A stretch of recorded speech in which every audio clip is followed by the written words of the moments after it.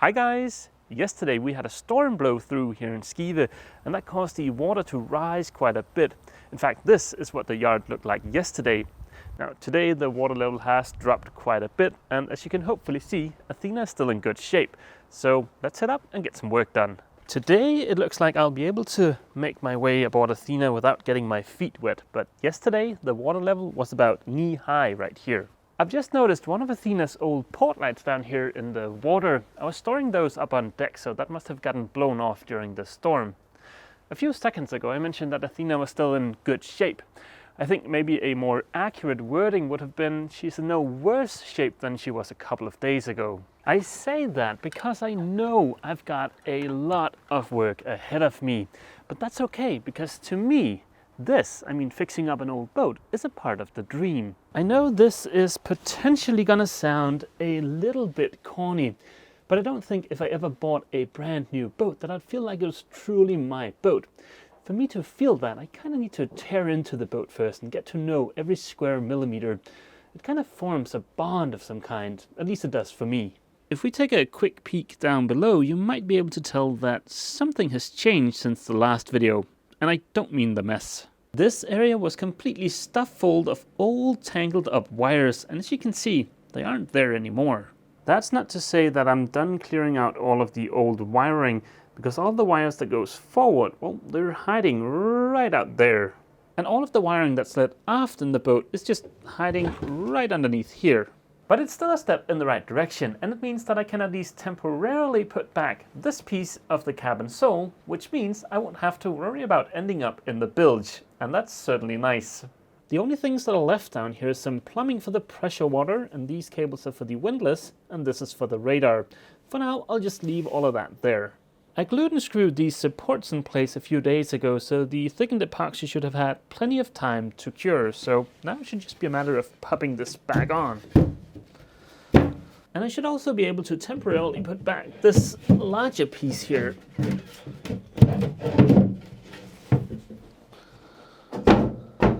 I might have been a little hasty in putting this back because I've just noticed that there's a bit of water down here, and that almost certainly means that there's standing water in the small compartment underneath here. So yeah, let's take a look. Yep, plenty of standing water. The good news is that I am almost certain that I know where this water came from, and it's something I was planning on fixing anyways. Ta-da! The water is all gone. I'm going to have to make a fix for this before I put back the cabin sole for good, but for now I'll just leave it because I'm sure the water that got in there was just because of the storm. During the storm, we got a lot of rain in a relatively short period of time, and I'm 99% sure that the water that was down there came in through a leak in this port light. Now, under normal circumstances, it doesn't leak a lot, so that's why I've just left it, but I am going to replace it before Athena goes back in the water. I've already replaced a lot of the port lights here aboard the boat, but I haven't touched any of the port lights on the side of the hull, and that's because I needed to figure out what I wanted to do first, but I've figured that out, and in a few months, I'll get back to replacing those. Turns out there's a bit of water over here too, and because of the somewhat odd way this boat is constructed, it's hiding underneath a panel. That's this panel here. Well, oh yeah, there we go. See this water here? That was trapped in between this and that panel. None of the stuff I've shown you so far was actually on my to-do list for today, but what is on my to-do list for today is to start cleaning up the wiring around the engine. My sincerest apologies to my fellow members of the OCD tribe. I've just noticed that my hat has been on crooked for the first 4 minutes of this video. I apologize. I'll start to pull through some of all of this wiring here, and we'll see what it looks like once I'm done. Ta-da! That looks quite manageable. Next up, let's see if we can untangle the stuff that's around the engine. Oh, see, this is an interesting wire because this is the DC ground, and I think I'm gonna do almost an entire video about just this one wire. I think I'll combine the DC ground wire with some stuff about the isolation transformer I'll have here aboard the boat, because those are very related and that should make for an interesting video, or at least I think so. Whoever did the wiring aboard this boat must have purchased stock in a company that manufactures zip ties, because there sure are a lot of them. I think I'll start by untangling the mess over here on the starboard side of the boat, because that looks the most interesting. It looks like I can finally start to get rid of some wires, because these two were connected to the negative bus above the chart table, and this is just used as a negative bus out here in the engine compartment. Now these two can join their friends in that box. Speaking of things that are no longer in use, I can also get rid of this. This wasn't even connected up to anything, it was just taking up room out there. I think I've gone about as far as I can with removing stuff out here for now, because some of this stuff is hooked up directly to the batteries and I want to remove that connection before proceeding out here. So into the starboard side aft cabin I go. As you might be able to tell, things in here are a little bit cramped, which makes filming difficult, and is also the reason why this aft cabin is going to turn into a single berth and then a space for some technical gear like an inverter, the charger, the isolation transformer, stuff like that. These are the 3 batteries here aboard the boat, and as you can see, there's lots and lots of stuff hooked up to them. So I'll just go ahead and clean it up and I'll be right back. Oh, these are not exactly lightweight. These are 140 amp hour batteries. As you can see, I've removed all the batteries and there were a few interesting surprises waiting down there. This is the battery selector switch. The batteries were here, here and here, and this is facing forward just so that you're oriented. So there were a couple of fuses just flapping around in here, and including this very interesting thing here. And of course, these would be kind of annoying to get to, so there's better ways of doing that. And then we've got this interesting thing over here. Feast your eyes on this. This looks incredibly dodgy. Like these LEDs in here, they aren't even secured. I can just pull them out and they've just got some resistors soldered directly onto them, and this this is so dodgy. In case you're wondering, that dodgy looking mess there, that is the switch for the bilge pump. So that's okay, right? Because whoever needed a bilge pump for anything? It's not like it's going to keep the boat from sinking. Or, wait a minute. If I was to wager a guess on what has happened there, then that switch broke at some point and someone just decided to try and fix it instead of buying a new one. Now, I'm not above taking a shortcut every once in a while, but that is kind of pushing it in my book, because it would be nice to have a reliable bilge pump, right? Anywho guys, I gotta go do some shopping before the shops close for today, and yeah, I'll be back tomorrow morning. Good morning guys, let's continue where I left off yesterday. It would be very convenient if I could move these batteries back into the aft cabin. They take up quite a lot of space and I don't really have anywhere else to put them right now. But before I can put them back in there, I need to clean up some wiring. Very surprisingly, this looks exactly like it did when I left it yesterday, but luckily there's an easy fix. Ta-da! That got rid of most of the mess. I've left this wire here behind because it's kind of interesting. It goes up to this doohickey, which on the other side here looks kind of like a push button, but then when you push that button, this gets ejected. I don't think I've ever seen anything like that before. This is what that little doohickey looks like from the other side, and then when you push this, that little rod thing gets ejected. Very funny. Looking at the back of this again, it's clear that it's some kind of switch, but it's very odd to me. This switch would make a lot more sense if there was a spring back here pushing out on this, because this is the switch in its off position, but then there's nothing to push it back that way, so maybe mine is just missing something back here. Well, if you've got any kind of backstory on these, just go ahead and leave a comment down below. I've moved the batteries back in here, so let's turn our attention back to the wiring around the engine. Now that I've removed more of the wiring from this area, I can see what this actually is. This is of course the shunt for the battery monitor. I'm going to put in a new battery monitor from Victron Energy, so I don't need this old shunt here, so I can go ahead and remove this. This is the old battery monitor, and as you can see, it's starting to come apart, so this just goes into the pile that I'll drop off at the recycling center.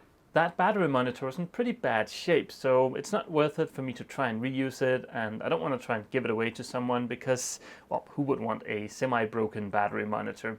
But whatever stuff I do pull off the boat that's in good condition but I don't want to reuse, I tend to give away to friends. For instance, this is the chart plotter that came with Athena. This is not a bad chart plotter and it's in perfect working order. The only downside is the charts that cover Denmark are horrendously expensive, and of course this has charts of the UK. So instead of me wasting a lot of money on new charts for this, I'll just look at this as an opportunity to upgrade to a slightly better model. And at the same time I get to help out some lovely people that have helped me in the past. I don't think they have a chart plotter right now, so they could certainly use it, and hey, for me, it's kind of a win-win. I get to go shopping for a new chart plotter and I get to help out some friends. All wrapped up and ready to ship. Any resemblance with a brick of cocaine is purely coincidental. I'm not a super rich guy, so I'll have to wait for a while for a good deal to pop up. But hey, until then, and provided I get Athena back in the water, I can just use the Navionics app on my smartphone. That's perfectly fine. Let's get back to the wiring. As you can hopefully see, I'm almost done cleaning up the starboard area over here. So now all I have to do is to take care of the port side area over here. There might be something interesting going on up here because there's a wire just flapping in the breeze right here. Well, it'll be interesting to see where this leads to. And again, there are just so many zip ties. Look at that. This is not going anywhere. Well, except for the fact that much of it is actually zip tied to the copper tube for the propane, which is maybe not ideal.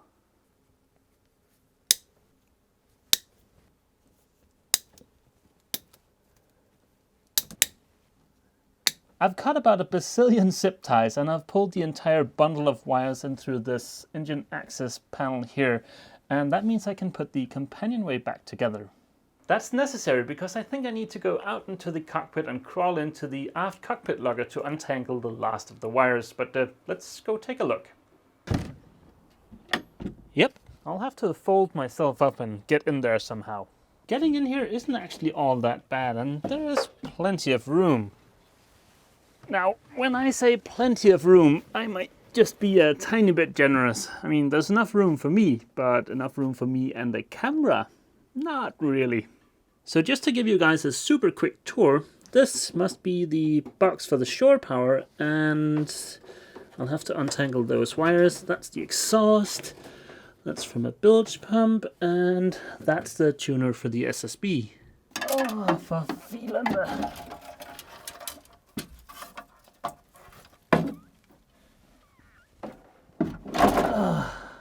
Replacing this old shore power box hardly seems like a waste of money. This is one of the old AC cables. Let's see if I can find the bitter end of this.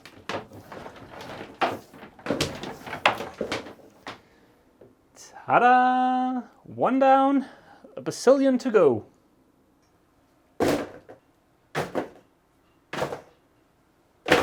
While pulling out those cables, this came out too. And it wasn't connected up to anything. Just have a look at this. I mean, my God, this looks crusty. Ugh, I'm glad I got rid of that. This is the last of the AC cables here aboard the boat. This was connected up to the water heater here behind me. So if I pull on this, I should, yep, be able to remove the last AC cable. Well, I'm not gonna lie, that was awfully satisfying, but luckily I'm not about to run out of stuff to do because I still have all of the DC stuff to remove. These two cables are for the autopilot, and the positive side here just fell out without me even tugging on it, so I'm definitely glad I'm replacing this because that would have failed pretty soon, I think. Do you guys know what this is? This is the last of the DC wiring. Well, that is, if you discount the stuff in the forward cabin and the tiny pieces I've left around the boat where I needed to pull through some of the new wire. But nevertheless, yay! Ta-da! I hope you guys will be able to see. It's getting kind of dark, but there are no more wires left. Well, there's still some stuff left, and that's some coolant stuff for the engine, old plumbing from the pressure water, and then there's this little guy. And that's the fuel line I mentioned in my previous video. I was hoping there was a fitting on the tank where this was connected to that I could reuse for the day tank for my reflex stove. But surprise, surprise, it turns out this is hooked up to absolutely nothing. So I can just go ahead and remove this. Yep. Hi guys. It got kinda late last night before I was done here aboard the boat, so I decided to hold off on shooting the ending for this video until today, because there were a few things I wanted to make absolutely sure that I remembered to put in the video. First off, a tiny little teaser for next weekend's video. Earlier today I swung by IKEA of all places and picked up 3 of these. What are they and what purpose will they serve here aboard Athena? Well, for that you'll have to tune in next Sunday. Also, in next weekend's video, I'll get started on building the new locker in the aft cabin above the chat table. That's the area where the new distribution panel is going to be located. I can start building that locker because I've finally received the quote for that custom designed 360 pound from Blue Sea. And I gotta say, I was a fair bit surprised, but more about that next weekend. As for the second thing I wanted to mention, it looks like I'll be heading to New York City for about a week in late March, early April to visit my friend David. We're gonna drive up to the big annual sale at Defender. We did the same thing last year and it was a ton of fun. Anywho, I'm gonna be in the city for about a week and I thought I'd try and arrange a meetup. So if that sounds like a fun idea, go ahead and drop a comment down below and that should give me a pretty good idea of whether or not that's something I should start planning. And last, but definitely not least, I want to thank you guys for an awesome 2016. You guys have been a very big part of my life for this past year. I've very much enjoyed sharing it with you, and I very much appreciate all of your support. 2016 marked my first full year as a liveaboard. It's also the year where I purchased Athena and got started on the big refit.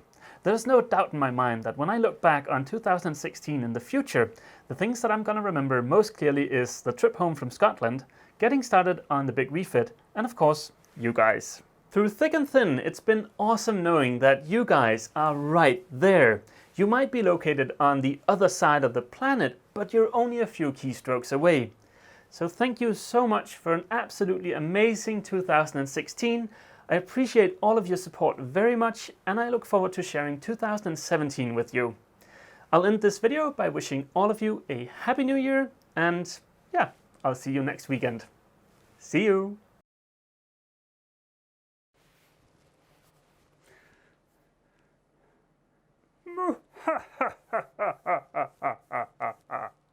I'll end this video by wishing all of you a very happy Missmas. What? Through thick and thin, through thick and thin, through thick and thin, through thick and thin, it's been awesome knowing video by wishing all of you a very happy Missmas. What? New Year's, not Christmas. Missmas. What the video by wishing all of you a very Happy New Year. Ah, fuck. Got so close.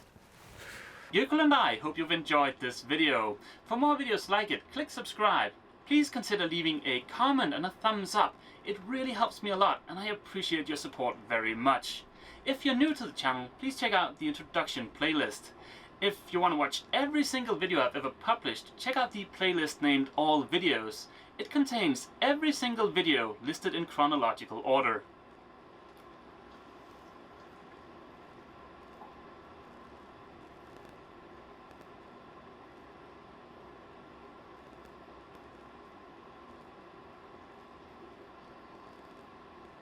Ja, det var godt. Det var dygtigt. Det var dygtigt. Det var godt, Bassen.